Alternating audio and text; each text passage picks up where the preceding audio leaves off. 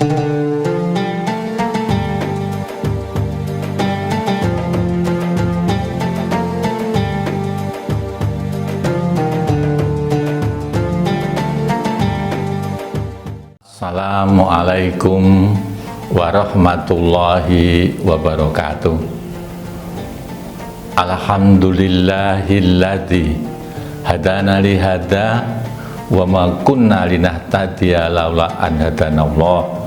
Asyhadu an la ilaha illallah wahdahu la syarikalah wa asyhadu anna Muhammadan abduhu wa rasuluh.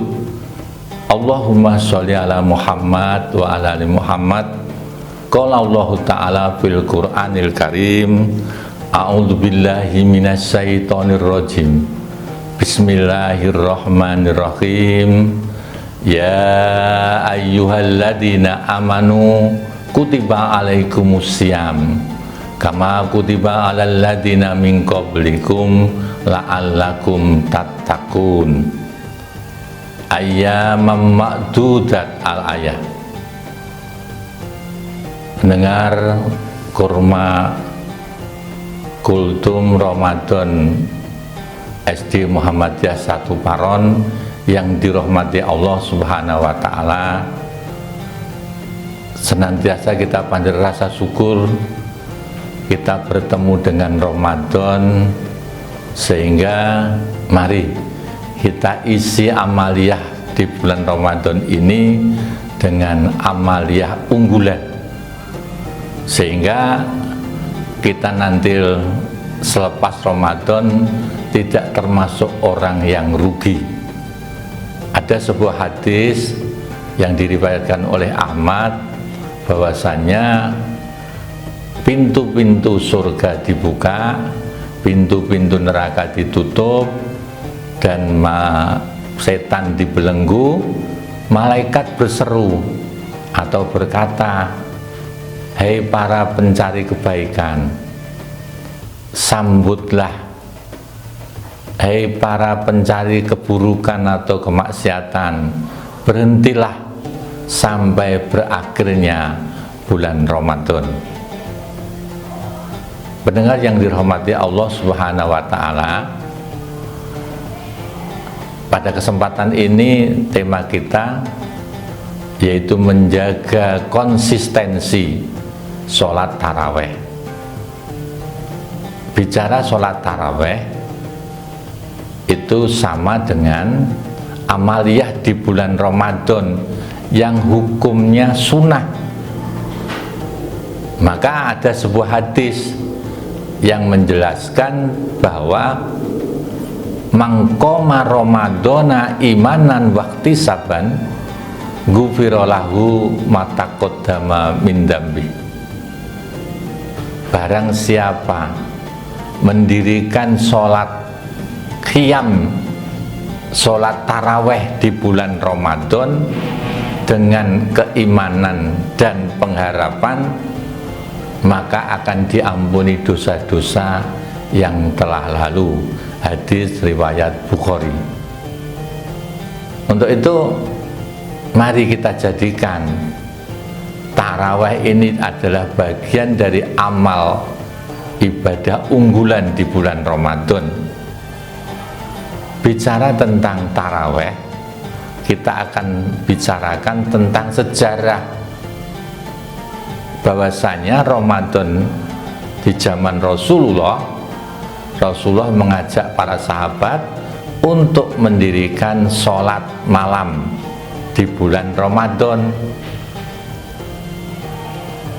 Jumlah dan rakaatnya sesuai dengan yang diriwayatkan Aisyah itu yaitu 11 rakaat ditambah witir, tetapi jangan tanya lamanya.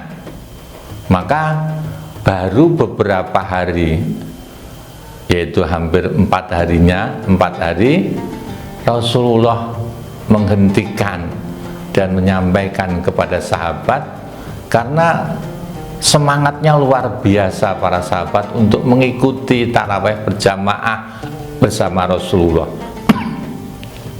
Lagi sehingga Rasulullah menghentikan menyampaikan untuk sholat di rumahnya sendiri-sendiri. Maka dari situlah taraweh sholat di rumah. Waktu berganti, maka melihat masyarakat di Madinah itu yaitu ingin bersemangat untuk sholat berjamaah, dikumpulkan oleh Umar bin Khattab untuk sholat berjamaah. Perlu diketahui, banyak keterangan bahwasanya tidak menselisihi apa yang dilakukan oleh Rasulullah jumlahnya, sehingga Umar mengutus yaitu Ubay bin Ka'ab untuk menjadi imamnya. Itulah sedikit sejarah tentang sholat taraweh. Kembali kepada sholat taraweh, kalau kita melihat hari ini masjid musola ramai untuk mendirikan sholat taraweh, karena sholat yang dilakukan, sholat sunnah yang dilakukan setelah sholat isya, dan semuanya juga tahu tadi pahalanya yaitu diampuni dosa-dosa yang telah lalu. Maka konsistensinya inilah yang harus kita jaga, mulai dari awal Ramadan sampai nanti finish Ramadan. Untuk itu, bagaimana merawat atau menjaga konsistensi taraweh kita? Pahami betul bahwa hikmah dari sholat itu tidak lain, ya, ini sebagai bentuk syiar, ya, tarawih itu bentuk syiar umat Islam. Bagaimana jika masjid musola tidak mendirikan, tidak mengadakan sholat tarawih, maka akan tidak nampak yaitu kaum atau umat Islamnya. Yang kedua, yang selanjutnya, untuk menjaga konsistensi taraweh, pahami betul bahwa kita harus mau belajar tentang fikih tentang sholat taraweh, sehingga akan menjadi semangat, akan terus menerus menghadiri sholat taraweh di masjid. Dengan ini akan terjaga. Percayalah bahwa sholat taraweh ini, yang namanya sholat itu juga sebagai batas dari antara umat Islam atau muslim dengan kafir. Walaupun sifatnya sunnah, itu harus kita jaga benar-benar, karena sholat sunnah ini jika dilakukan mendapat pahala, jika ditinggalkan tidak mendapatkan dosa. Namun ada kesempatan di bulan Ramadan, karena tadi ayat yang saya baca yaitu tentang Al-Baqarah 183, hai orang-orang yang beriman, diwajibkan atas kamu berpuasa sebagaimana diwajibkan umat sebelum kamu, agar kamu menjadi orang yang bertakwa. Ayyamam ma'dudat, yaitu dalam waktu tertentu. Artinya Ramadan ini singkat, cepat, hanya beberapa waktu. Untuk itu kesempatan yang luar biasa, dan di situ ada keterangan Ramadan itu dilipat gandakan pahalanya. Puasa itu Allah yang menilai, dan puasa itu untuk Allah, dan Allah yang akan menilainya.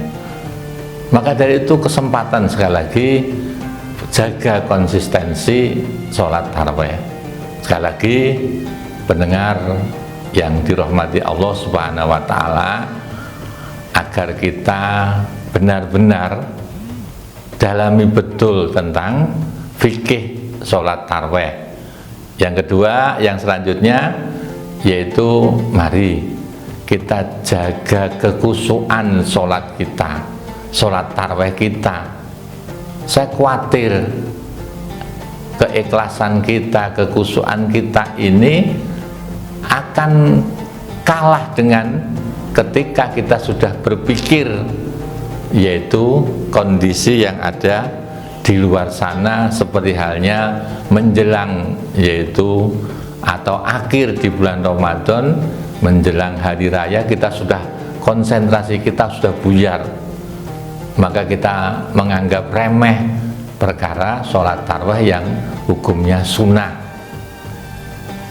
Untuk itu kekhusyuan dan keikhlasan ini kita harus pupuk terus menerus, dan jangan lupa untuk konsistensi sholat tarawih kita harus selalu menjaga tubuh kita agar supaya apa, mengakhiri Ramadan sholat tarawih kita tidak pernah terlambat, tidak pernah kosong, apalagi tidak pernah melakukan sholat tarawih. Itu saja resep supaya konsistensi sholat tarawih bisa terjaga. Billahi taufiq wal hidayah. Wassalamualaikum warahmatullahi wabarakatuh.